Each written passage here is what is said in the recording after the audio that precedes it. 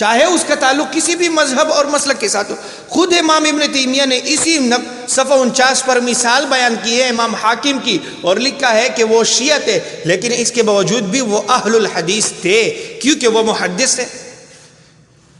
تو بہرحال یہ جو انہوں نے واقعہ بیان کیا ہے مناقب موفق سے، یعنی آپ دیکھیں تو صحیح، آدمی حیران ہو جاتا ہے کہ یہ کتنے بغض دل میں رکھتے.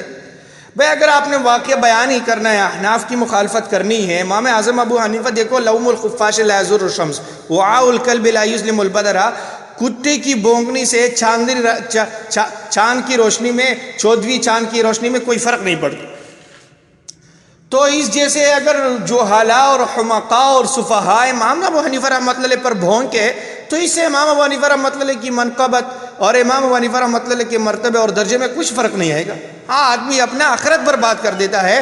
صحیح بخاری شریف کی حدیث ہے، حدیث قدسی ہے، اللہ عز و جل فرماتے ہیں من عاد لی ولیا فقد آذنتہ بالحرب، کہ جو میری کسی ولی دوست کے ساتھ دشمنی رکھ کے، اللہ فرماتے ہیں کہ میرا اس کے ساتھ جنگ کا اعلان ہے. اور اللہ کی طرف سے جنگ کا اعلان، اس کا مطلب یہی ہے کہ اللہ اس بندے کا ایمان سلب کر دیتے. یہی وجہ ہے کہ یہ شمشاد سلفی پھر بعد میں شیعہ بن گئے تھے اور شیعوں کے ماتمی جلوس میں بڑے آب اور تاب کے ساتھ اور بڑے شوق سے حصہ لیا کرتے تھے. اور حضرت کی میرے پاس خود ویڈیو ہے کہ مجھے ہر سال انتظار رہتا ہے کہ کب یہ حسین کا دن آئے گا، کبھی 10 محرم کا دن آئے گا تاکہ میں یہ جلوس میں نکلوں. تو بعد میں اللہ نے ان کا ایمان ہی سلب کر دیا تھا، یہ گمراہ ہو کر بے ایمان ہو کر دنیا سے چلے گئے.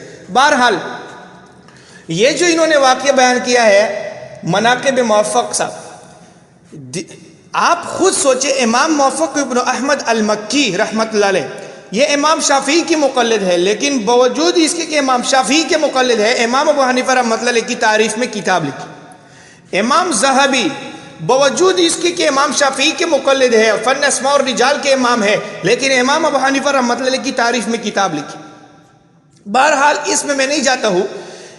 مناقب آپ خود سوچیں کہ امام موفق رحمۃ اللہ علیہ نے مناقب امام ابو حنیفہ رحمۃ اللہ علیہ کی تعریف میں کتاب لکھی. اب جو آدمی آپ کی تعریف میں کتاب لکھے، کیا وہ ایسا واقعہ لکھے گا آپ کے اپنی کتاب میں کہ جو آپ کی مذمت پر مشتمل ہو، جو آپ کے خلاف ہو؟ انہوں نے کتاب لکھی مناقب موفق، مناقب میں، تعریف میں، ثنا میں، مدح میں، امام صاحب کی فضائل پر، اور یہ اس سے واقع نقل کر رہے ہیں امام صاحب کی مذمت میں، امام صاحب کی برائی میں. اچھا پھر عجیب بات یہ ہے مناقب موفق میرے پاس ہے، عربی نسخہ بھی ہے، اردو بھی ہے، اور اردو میں آپ کو بھیج دیتا ہوں، آپ اردو سمجھتے ہیں پھر آپ اس میں خود دیکھیں،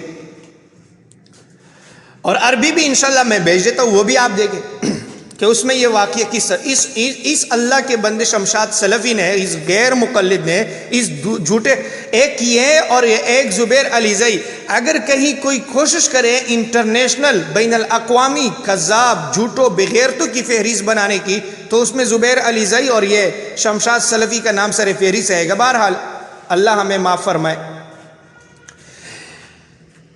مناقب موفق آپ اٹھا کر دیکھ لیجیے، آپ حیران ہو جائے گی کہ انہوں نے جو امام ابو حنیفہ رحمۃ اللہ علیہ کی تعریفیں کی ہے، باقاعدہ ابواب قائم کیے ہیں کہ امام ابو حنیفہ رحمۃ اللہ علیہ کا زہد کیسے تھا، امام ابو حنیفہ رحمۃ اللہ علیہ کا تقوی کیسے تھا، امام ابو حنیفہ رحمۃ اللہ علیہ نماز کیسے پڑھتے تھے، امام ابو حنیفہ رحمۃ اللہ علیہ کے عبادات کا ذوق اور شوق کیسے تھا، امام ابو حنیفہ رحمۃ اللہ علیہ نے علم کیسے حاصل کیا، امام ابو حنیفہ رحمۃ اللہ علیہ نے کن کن استاذوں سے علم حاصل کیا، امام ابو حنیفہ رحمۃ اللہ علیہ درس کیسے دیتے تھے، امام ابو حنیفہ رحمۃ اللہ علیہ کا تفسیر میں کیا مقام تھا، حدیث میں کیا مقام تھا، فقہ میں کیا مقام تھا، دیگر علوم صرف نحو وغیرہ میں کیا مقام.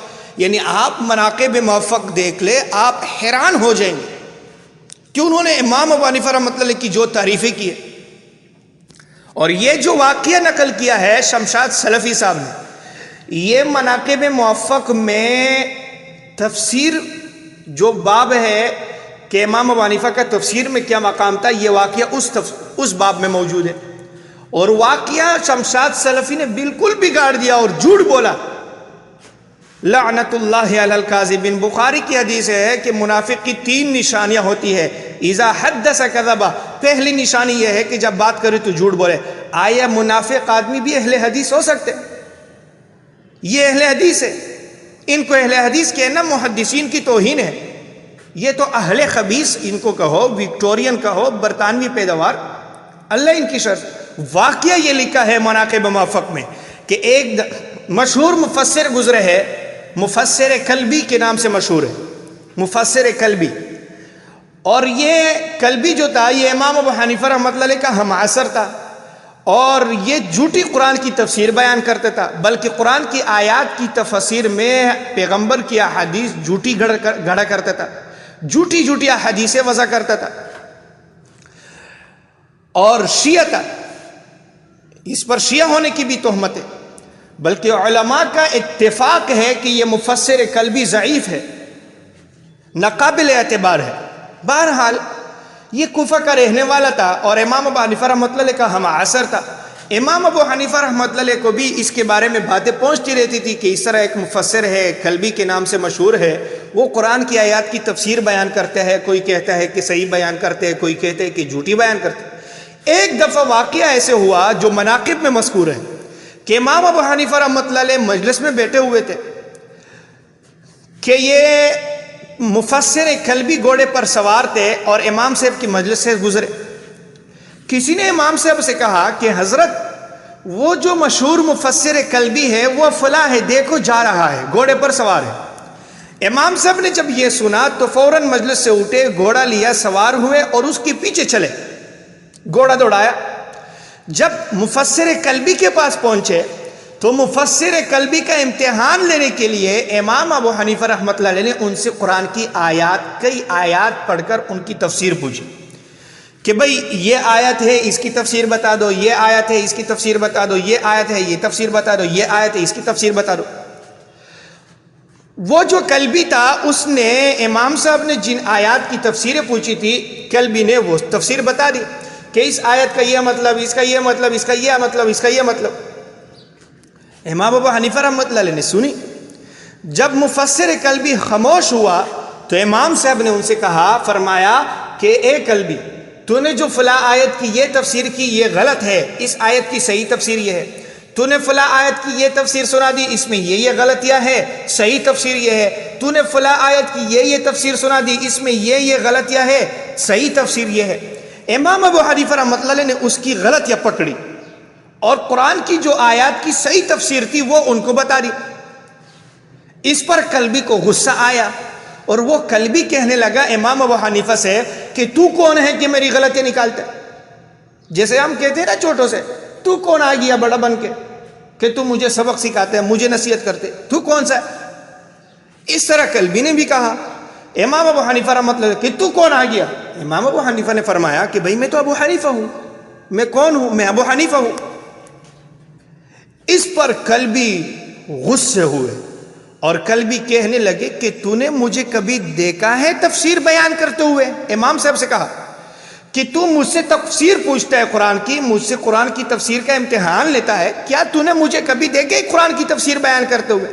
یعنی کلبی کے کہنے کا مطلب یہ تھا کہ بھائی میں تفسیر تو مفسر توڑا ہی وہ، جاؤ اپنا کام کرو، مجھ سے قرآن کی تفسیر نہ پوچھو. جس سے امام ابو حنیفہ رحمۃ اللہ علیہ کو یقین ہو گیا کہ یہ کلبی جو ہے یہ ضعیف ہے، ناقابل اعتبار ہے. اب دیکھو یہ واقعہ امام موفق رحمۃ اللہ علیہ نے مناقب میں جو امام ابو حنیفہ کی تعریفوں پر انہوں نے کتاب لکھی ہے اس میں ذکر کیا ہے، اور اس پس منظر میں ذکر کیا ہے کہ امام ابو حنیفہ رحمۃ اللہ علیہ کو اللہ تعالیٰ نے تفسیر میں، قرآن کی تفسیر میں اتنی مہارت دی تھی کہ وہ دوسروں کی بھی غلطیاں پکڑ لیتے تھے. اب واقعہ کیا تھا اور اس غیر مقلد شمشاد سلفی نے اس کا کیا بنا دیا؟ بالکل الٹا کر دیا کہ امام ابو حنیفہ سے کسی نے پوچھا، پھر امام ابو حنیفہ غصے ہو گئے اور کہنے لگے کہ میں مفسر نہیں ہوں، امام ابو حنیفہ قرآن کی تفسیر کیوں نہیں بتائی؟ یہ حال ہے ان غیر مقلدین کی. اس لیے ہم عوام سے کہتے ہیں کہ بھئی یہ جو حوالے بیان کرتے اللہ کے لیے کبھی اپنے علماء کے پاس جاؤ. ان کے دھوکے قرآن اور حدیث کے نام پر لوگ حیران ہوتے قرآن اور حدیث کے نام پر کون کیسے دھوکہ؟ بھئی منکرین حدیث قرآن کے نام پر دھوکہ نہیں دیتے، قادیانی اسلام کے نام پر دھوکہ نہیں دیتے، شیعہ حضرت علی اور حضرت فاطمہ رضی اللہ تعالیٰ عنہما کے نام پر دھوکہ نہیں.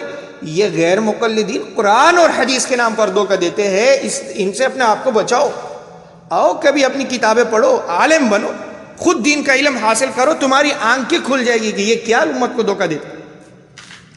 اور پھر یہ جو انہوں نے کہا کہ یہ پھر اپنے ساتھ اوروں کو ملاتے، ہم کسی کو اپنے ساتھ نہیں ملاتے ہیں۔